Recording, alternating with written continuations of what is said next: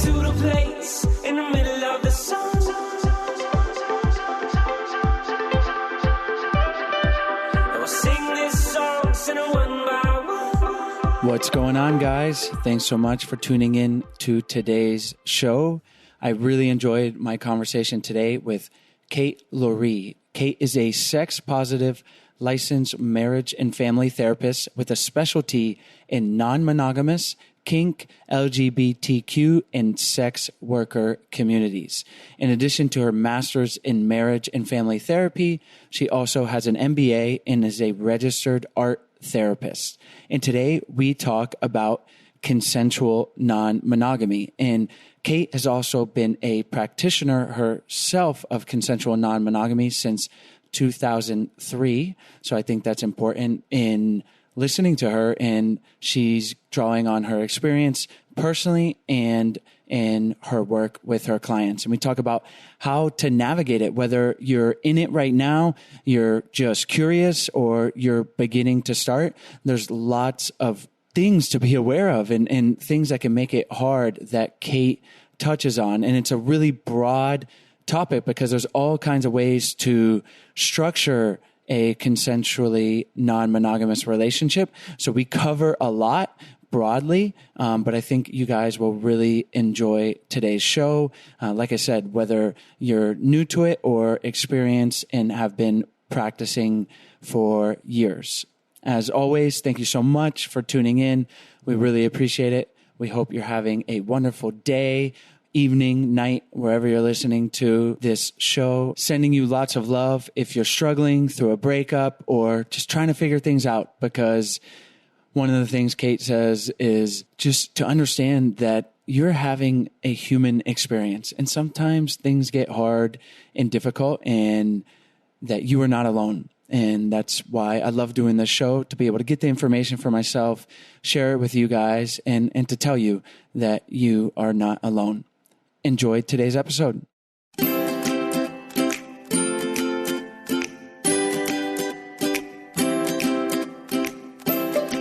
Hi, Kate. Thanks so much for joining me on the show today. Well, thank you so much for having me. I'm really excited to be here.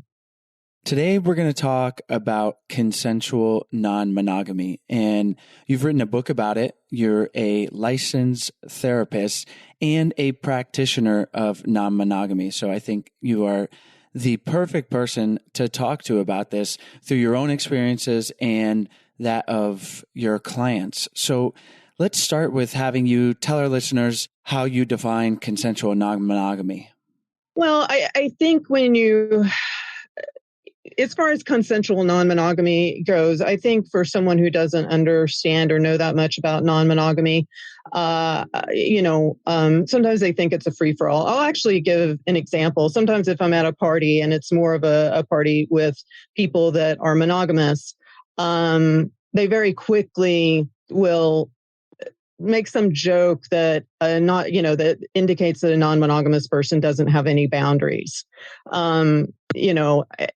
And I'll usually give them a reply that kind of teases them about that. Like, so when you imagine walking into a non-monogamous party, do you imagine like this big free-for-all in the middle of the living room and somebody like grabs you and pulls you in, and they'll kind of sit there with their wine and kind of giggle and be like, yeah. And I'm like, well, actually, it's not like that at all. In fact, it's all about boundaries. So consensual non-monogamy is all about everything being above board. So there's not any deception or lies, and all along things are negotiated out, and ideally feelings and thoughts and how your partner is reacting is a constant dialogue. So we make sure that all partners involved feel heard and feel that they're in the loop. Let's talk about those boundaries. So we understand it's not a free-for-all. Okay. So what kind of boundaries get put in? And obviously it's going to be up to every individual and couple, but can you give some examples?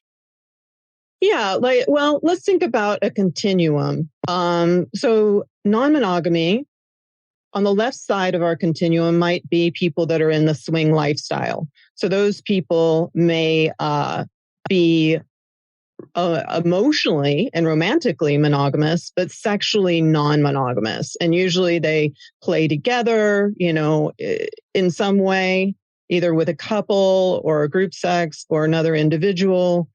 But a lot of times they've set a boundary to attempt not to fall in love or catch feelings for other people, right? And then if we look at the far right of the continuum, you might be talking about polyamory, and then an extreme form of polyamory might be all living together in a house, and sharing child rearing responsibilities. How non-monogamy can look and how that relationship forms has to do with the boundaries that have been formed and set up. The boundary that's common is if a couple that's in a primary relationship, meaning they prioritize themselves, the two of them, over any other people that might be involved, they might have a rule that if they're texting someone else, that both of them are included. So if they're texting another couple, it's a 4-way text thread where everyone can see the text, so everything is above board, and everyone is included. There's all kinds of different boundaries that you can set. That's just one example. And I could talk on that for days. If there's a particular area that you'd like me to talk about boundaries, where, like boundaries with people in the swing lifestyle versus people that are polyamorous, I can talk about different camps and what their boundaries might be. Yes, let's dig into some of these. Obviously, there's a lot of different ways we could go. I guess, let's say someone's listening and they're trying to do non-monogamy better, or they're interested in trying it out. How do you, I guess, just decide? Because the boundaries are whatever you decide they are, what you're comfortable, not comfortable with to an extent. So how do you begin? Maybe you could give an example from your own personal journey into it. How do you begin setting the boundaries if you've never been there before, Well, I can do a little bit of both. I can talk about it in generality, and I can talk about myself. In a general sense, I'd say on an individual level, I would invite anyone out there listening to think about your own backstory. Now, the more you have a backstory that is secure, where you felt loved, where the people that were supposed to love you had your back and showed up for you, the easier non-monogamy is going to be, because you don't have that many attachment injuries. The more you have a backstory in which, you felt betrayed or you watched your loved ones be betrayed, the more you look back on your backstory and say, the world has taught me that it's not a safe place, the more non-monogamy is going to be hard for you. That doesn't mean you can't do it. It just means you probably want to pump the brakes a lot, go slower, track your body, practice mindfulness, practice meditation, and make sure you have a partner that is really loving and compassionate. You do not want to be hooked up with a partner with narcissism if this is your backstory, And so a lot of how you start off may be indicative of what your past is, because that will help you know how slow you need to go.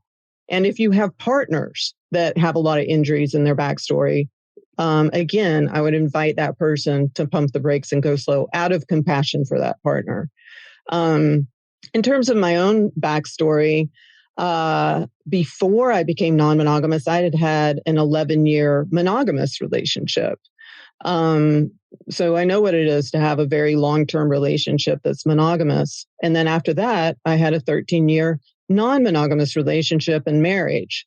When I first got introduced to it, I was new to LA.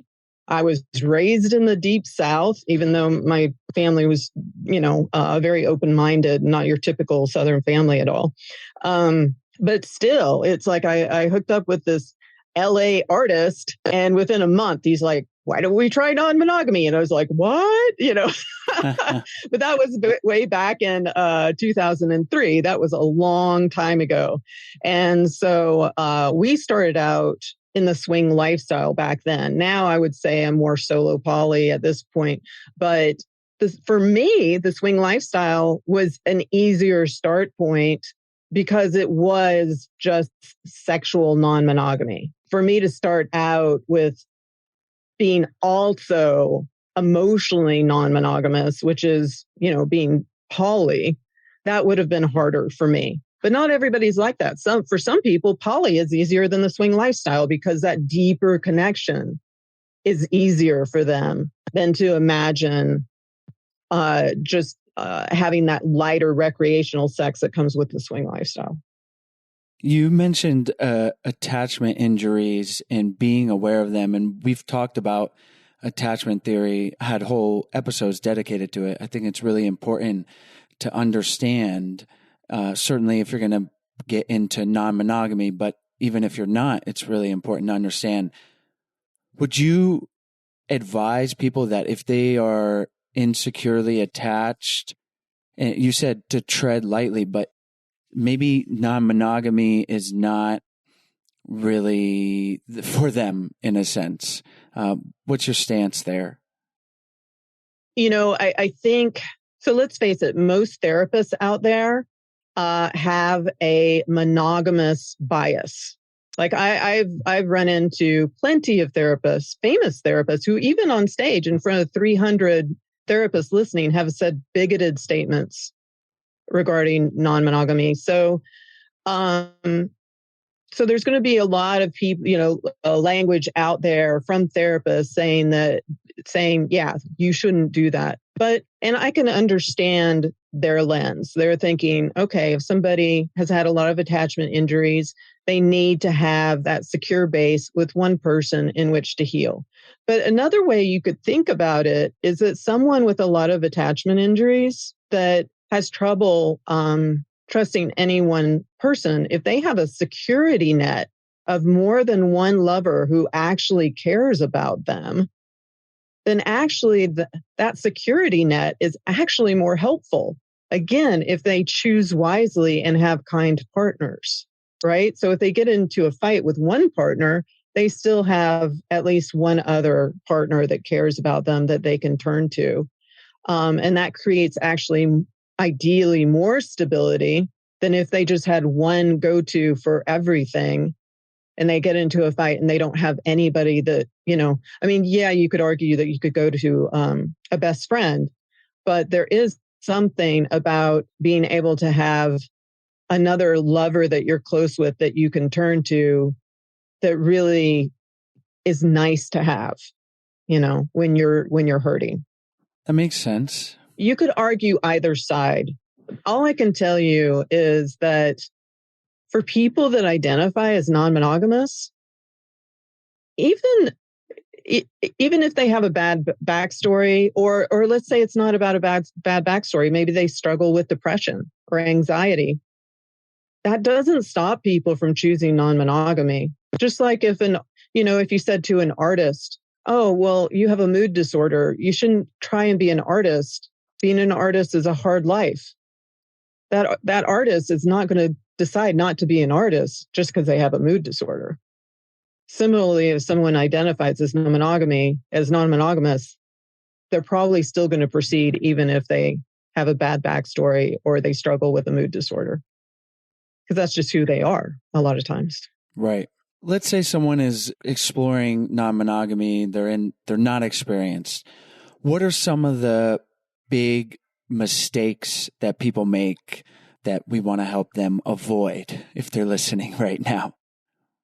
Gosh, we could talk on that for days, but I think sometimes, how should I put it? If you have two people that are going into non-monogamy that are securely attached, then their mistakes, quote unquote mistakes, are going to be probably lesser mistakes, right? Because they already have that secure base. But a lot of times in relationships, regardless of the model, whether it's monogamous or non-monogamous, you have people that attract to each other where one person is kind of an you could call it an overtaker, and one is an overgiver, and they tend to date each other. So if someone is an overgiver and they're non-monogamous, they have a tendency to say yes when their yes is not a true yes. And they have a tendency to do that repeatedly. And over time, that mounts into being kind of low-key trauma that they don't recognize. And if they're dating an overtaker, somebody with some mild narcissism or what have you, that's always pushing them that, further and telling them that they're being selfish and controlling when they try and set a boundary. Again, trauma can mount over time. That's not even recognized a lot of times.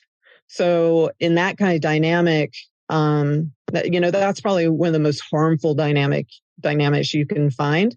There's plenty of people that have been non-monogamous for decades that are incredibly happy and really feel non-monogamy has lit up their life and made their life better and more exciting and more sustainably sexy. But there are folks out there in these overtaker, overgiver scenarios where one person is trying to be kind of like good poly. They're trying to be that model of that person that is not controlling and all of this sort of thing. And in the process, they're saying yes when it's true yes.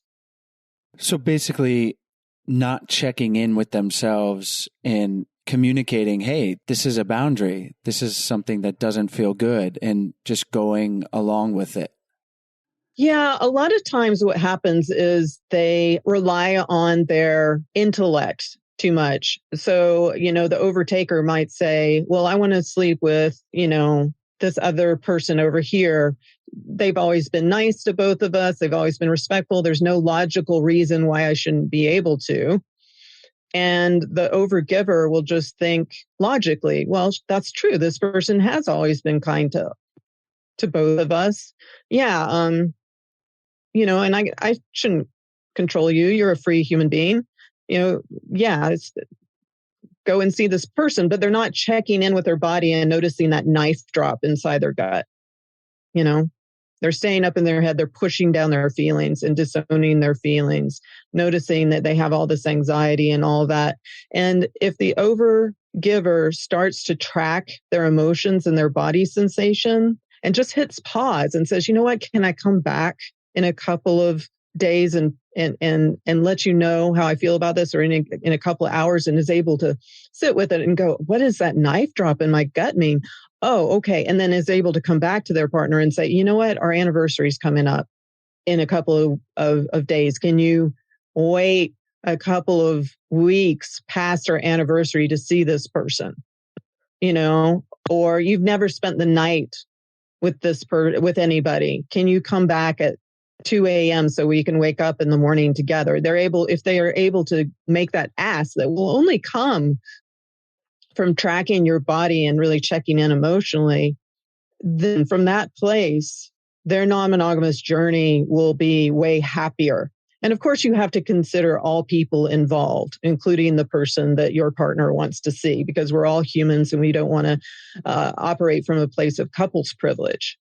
But that usually is a game changer if you slow down and track your body. And I'll have to admit, in my own personal life, for a good 10 years of being non-monogamous, I was that person that only made intellectual choices. And it did mount inside of me in a negative way. And as soon as I started to track not just my thoughts, but my body sensations and my emotions, and I made decisions from a grounded place in those three arenas, my life changed and got so much better. There's so much to unpack because there are so many ways to structure this. I guess I'm curious, let's say you're non-monogamous and you mentioned like having a conversation with their partner about seeing this other person.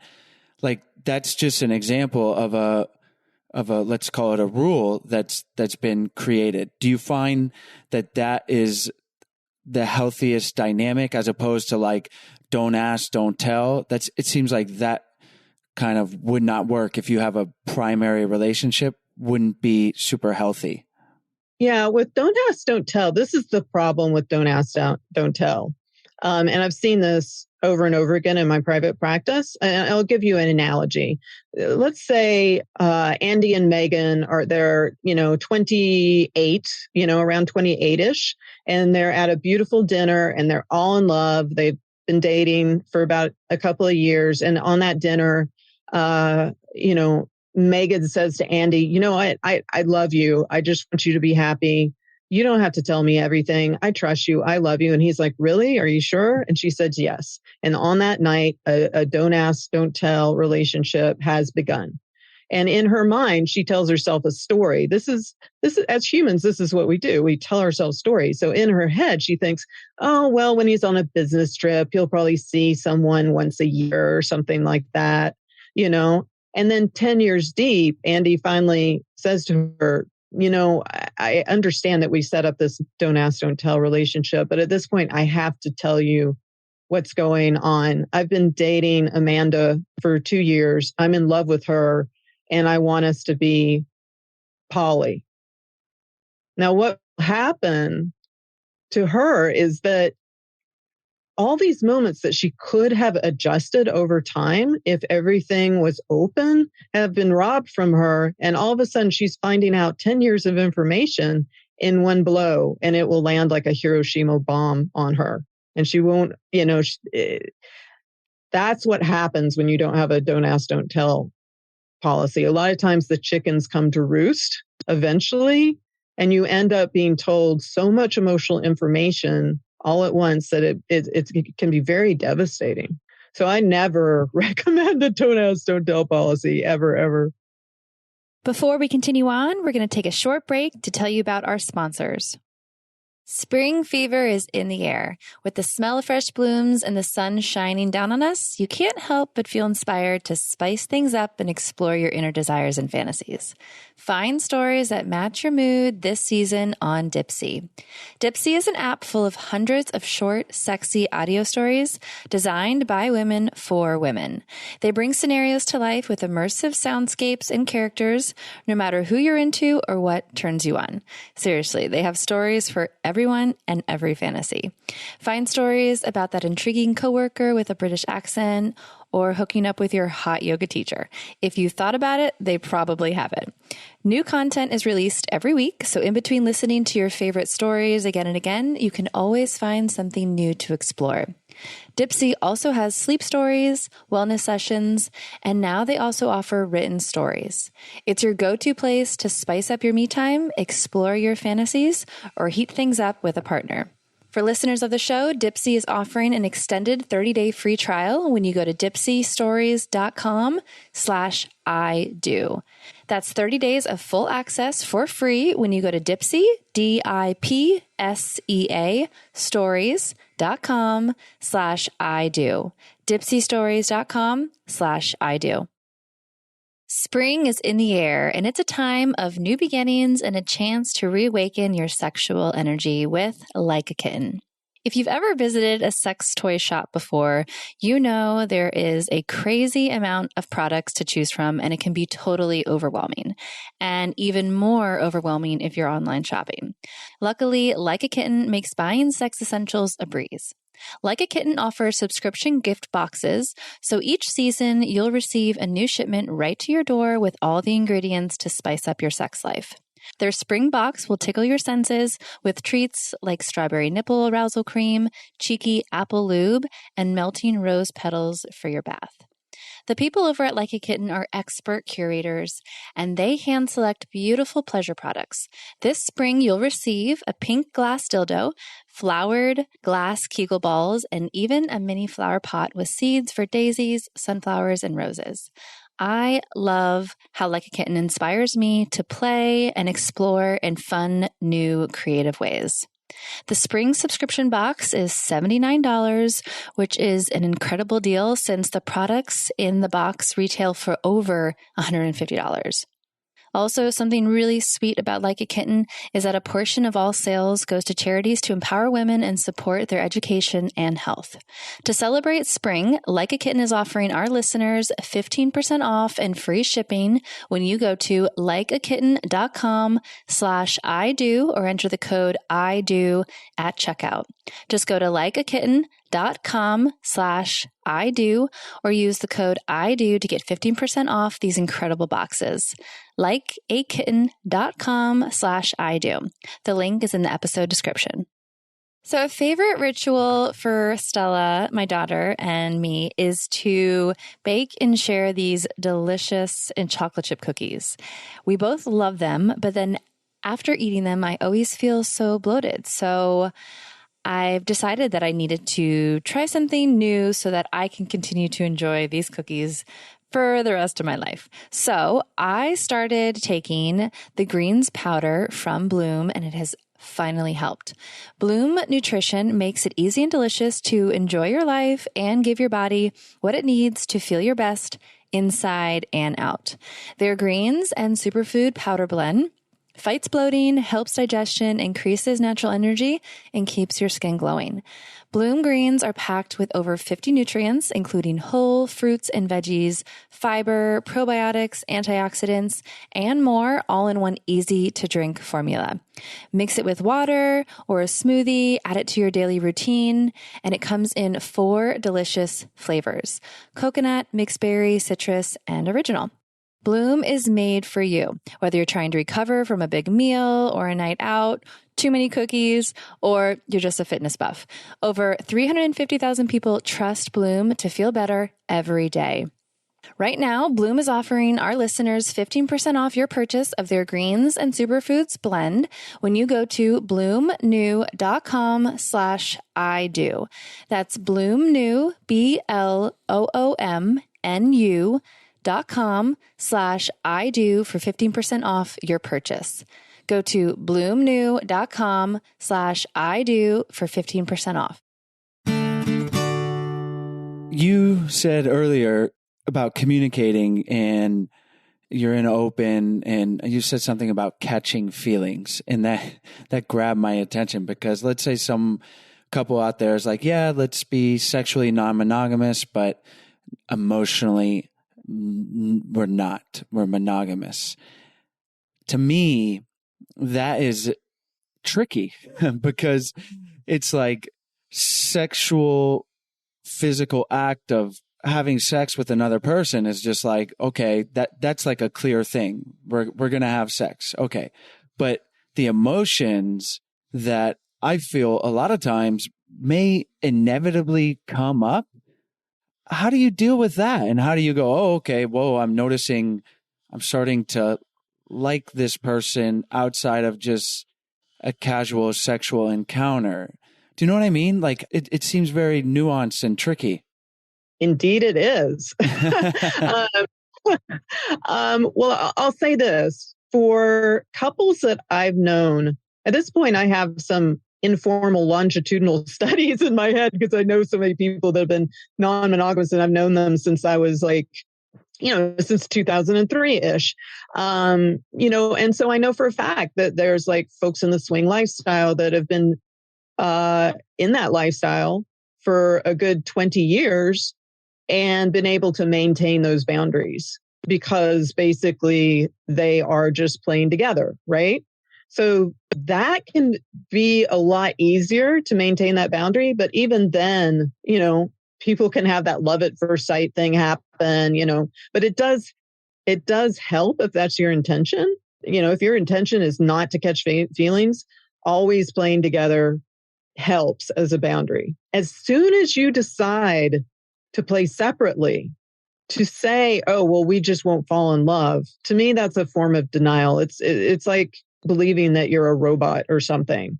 What I find is a lot of times couples think that they can do that, but when they do fall in love, they don't want to back the truck up, And usually at that point, a conversation happens where one person will say, I know we always had this rule, but I think I want us to be poly now. That's what usually happens. So I think it's best not to be in denial about that if you're going to play separately, that's really going to up the chance that you might eventually catch feelings for somebody or fall full tilt in love with somebody else. Right? I mean, that was my intuition. It's like separating sex and emotions. I mean, to me, it can be purely physical, but that's a tricky line. And, personally, I like to feel emotionally connected to someone that I'm having sexual relations with. I know that's not everyone. And I don't want to speak for everyone, but I think that's common. So what I hear you saying is saying like, okay, we're going to be open. We're going to have sexual encounters, and let's communicate. If we are starting to have feelings for another person, let's talk about that together. And then maybe we'll explore polyamory. Is that a healthy way to approach it? I mean, yeah, a lot of times, there's a lot of people that have a hard time with that feedback. I mean, not everybody. A lot of people can be realistic and realize that, catching feelings and forming a connection with others is, it's just common sense that might happen. But for other people, I've had people argue with me, and I've had people say, no, that's not going to happen. That not us. I'm like, all right. And then down the road, all of a sudden, they're like, okay, Kate, never mind. You're right about that. I think that when you do decide to play separately and you have admitted that feelings might come on board, another thing to be aware of is, or one danger for couples that are trying to maintain a hierarchy, is something that I call typecasting. For one thing, this whole idea of hierarchy it's actually another form of denial in some ways, because a lot of times, regardless of whether you want to have a hierarchy in your non-monogamous relationship or you're non-hierarchical, meaning everybody's kind of treated on even footing, actually, different lovers end up being primary in different ways. And a lot of times, if originally the primary couple does not make sure that they nurture their relationship in 3 ways, intellectually, emotionally, and sexually, then that other lover that's new and fresh oftentimes ends up being primary in maybe some ways that you didn't sign on board for. Like a lot of times the outside lover will end up being the sexual primary, and then the person that you're living with, kind of your nesting partner, ends up being your primary in terms of the person that you are growing old with, planning retirement with, the person that shows up at the hospital, but you can get in front of that by continuing to nurture your primary relationship emotionally, intellectually, and sexually, and keeping those things strong. And then the outside lovers will not be a threat, but actually a beautiful addition to your life. So you really can't phone this stuff in. What would you say to someone listening who is like, man, this seems complicated. It seems like there's a lot to navigate and that it's more stress than it's worth, even though it sounds interesting to me. Obviously, it's not for everyone, but what's your thoughts on that? Well, I would always suggest that people go slow. A lot of people, when they first start out with non-monogamy, they are excited and they want to run, skip, leap, do backflips down the path of non-monogamy. And I'm always encouraging them to go slower. Just go and listen to a talk at your local sex toy store. A lot of times, different places like that will have talks on non-monogamy. Read some books. Start off slow. If you're thinking about doing something in the swing lifestyle, just go on a non-sexual date. Go to dinner with another couple and just have it be a chemistry check. Don't tell them that you're new.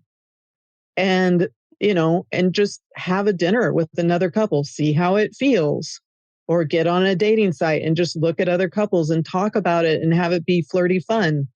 Or if you're poly, you can go to, like here in Los Angeles, there's poly cocktails, and you can go and just meet people and chat with them and see how the vibe feels, connect to community without being goal oriented and without really moving forward, and just kind of sit in it and have conversations for a while before you move forward at all.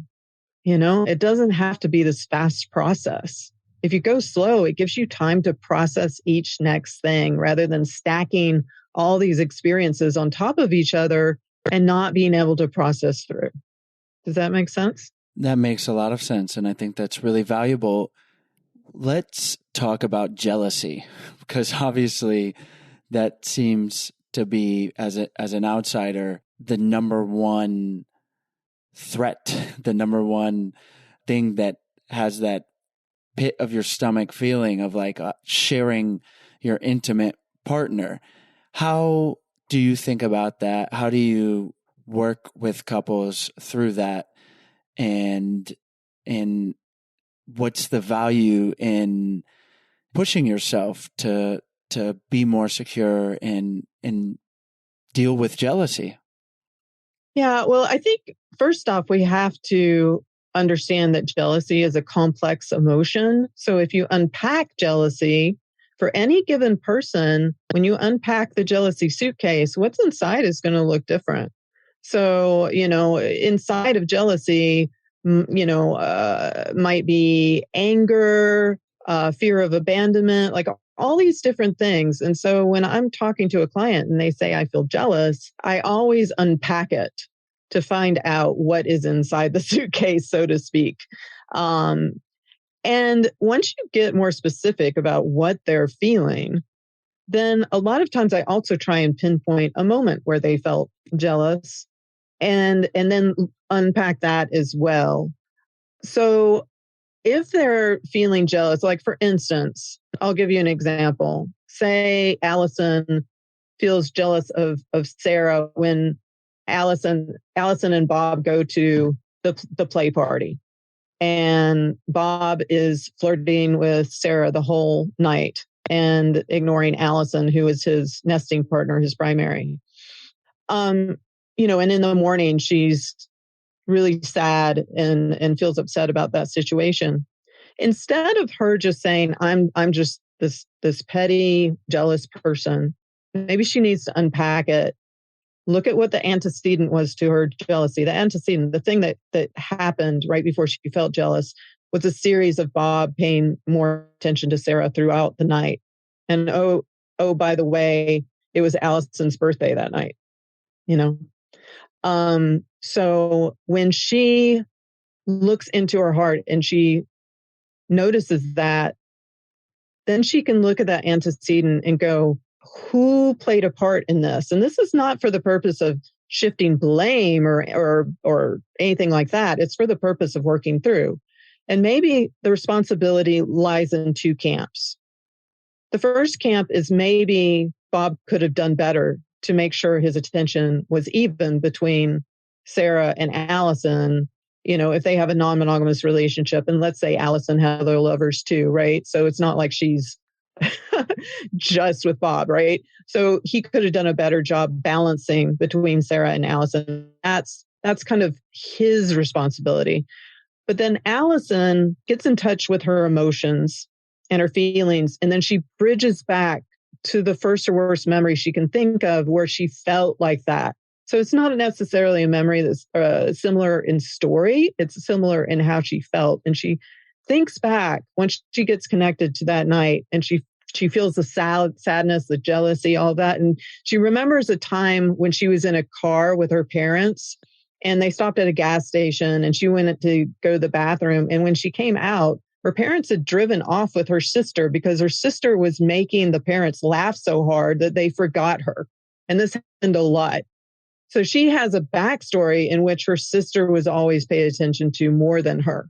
And so that's her work. That's a trigger for her that can come up within non-monogamy. And she may need to go to a therapist and do some EMDR to work through that part that's her responsibility. That's her injury, and she needs to work through that. So in this case, with jealousy, there's the part that she needs to work on. And then the part with Bob, she needs to talk to him and say, that wasn't cool for you to spend all this whole night talking to Sarah and not attending to me. And so that part Bob needs to work on. Do you see how managing jealousy in this case is actually, it actually involves two people. It's not all on her to work through it. Exactly. And understanding our backstories. And that's where I think these kinds of relationship containers are appealing for lots of different reasons, but it's certainly going to be a magnifier of jealousy. I'm just thinking of that emotion primarily, communication is going to be even more important. You know, in a monogamous relationship, it's super important. But now in a non-monogamous one, there's just more going on. There's more to coordinate. So you have, let's say, a primary relationship. You have that communication, which is super important. But now you're having to communicate about extra boundaries that you're putting in or checking in with how you're feeling. And that can be a valuable thing to be a magnifier of that. Do you find that non-monogamy, it kind of does that? Absolutely. You know, it definitely pokes at our unresolved attachment injuries more than monogamy does. You know, assuming if you hold both things equal, like say if you compare a couple that's monogamous that are both kind to each other and compassionate, and then you compare that to a couple with a hierarchical non-monogamous relationship, and again, they are kind and compassionate to each other. If you hold those things equal, then non-monogamy is still going to poke at attachment injuries more, you know, and so because of that, discussions within non-monogamy can get more heated. With non-monogamous conversations, it becomes even more important that you understand how to ground yourself and take time outs when you're having a conversation, and make sure that you're in your resilient zone, a place where you're not in the high or the low zone as you go through the conversation. So you may still be using some skills like the Imago dialogue, empathizing, validating, and mirroring, but you are adding in the skill of grounding exercises all through it, knowing how to ground yourself and also learning how to ground your partner, and also learning how to do a proper timeout that's kind, so that you can modulate your body, stay in your resilient zone, and actually have your communication skills work for you. Well, Kate, obviously we could talk, as you said, for days about this, because there are so many different things that can come up and so many ways to approach non-monogamy. But I think we covered a lot here today. Before we wrap up, can you tell our listeners where they can find you online? And if there's anything you want to leave them with, or something that we skipped over that you want to emphasize, and then we'll say goodbye. Well, as far as where you can find me, well, first off, let me just say that I do have a book that's coming out. It's called Open Deeply. And a lot of the things that I talked about today are in the book and way more. It's definitely a book that goes a lot deeper than some of the books that are out right now. And it piles all my knowledge of all of this stuff from about 20 years of being a therapist into this one book, and everything is through a non-monogamous lens, but it can help anybody regardless of what their relationship model is. As far as where you can find me on Instagram or TikTok under Open Deeply with Kate Loree. You can find my book wherever books are sold, and it's on Amazon as well. My website is kateloree.com. That's Kate, Kate, Loree, Loree. Twitter and Facebook, it's Kate Loree, LMFT. And then I have an Open Deeply podcast. And as far as what I would leave people with, I would just say that, they always say that communication is the most important thing within non-monogamy. I would say compassion is. Compassion leads even over communication, because, let's face it, you can think about two lawyers that if they were dating each other, they might be stellar talkers. But if you don't have if you don't have the compassion there, it's still going to be a crash and burn, right? Exactly. Compassion within non-monogamy is a thing that needs to lead. And that compassion needs to be compassion for yourself and your partner concurrently. It shouldn't be one or the other. It should be both. And that can be hard to do at times, to do both at the same time. But that's where it needs to be in order to be successful in non-monogamy. Well, thank you so much, Kate. That's a great place to leave this conversation. Our listeners can find all the links to your website and to your book in our show notes and on our website at idopodcast.com. And thanks so much for taking the time to come on the show. Thank you so much. And I wish all of your listeners the very best on their journey, whatever it might be, from monogamy to non-monogamy. Thank you guys so much for tuning into today's episode. As always, all the links to the guest, as well as any of their recommendations, will be in the show notes page. You can find the link to that in the episode description or by going to idopodcast.com. Click on the podcast tab up at the top and you will have access to all the episodes that we've ever done. There are over 300 of them. And while you're on our website, if you haven't checked out our free 14-day happy couple challenge, we really hope you do. It's a free email challenge that we send to you. It's 14 days of fun, easy, doable challenges to help strengthen and improve your relationship. And if you're looking for something that provides a little more help with working on your relationship, whether it's improving intimacy or communication with your partner, or just bringing the spark back, we would love for you guys to check out our online course, Spark My Relationship. We're offering $100 off to all of our listeners if you go to sparkmyrelationship.com/unlock. We've worked with over 15 psychologists and therapists to create the real life tools and strategies that they are teaching their clients. So we wanted to give them to you. It's a self-paced online course that can be done in as little as a month or up to 3 months. You can really decide how much or how little you want to do with your partner, or maybe just yourself. So we hope you guys check that out. It's sparkmyrelationship.com/unlock. Have a great day.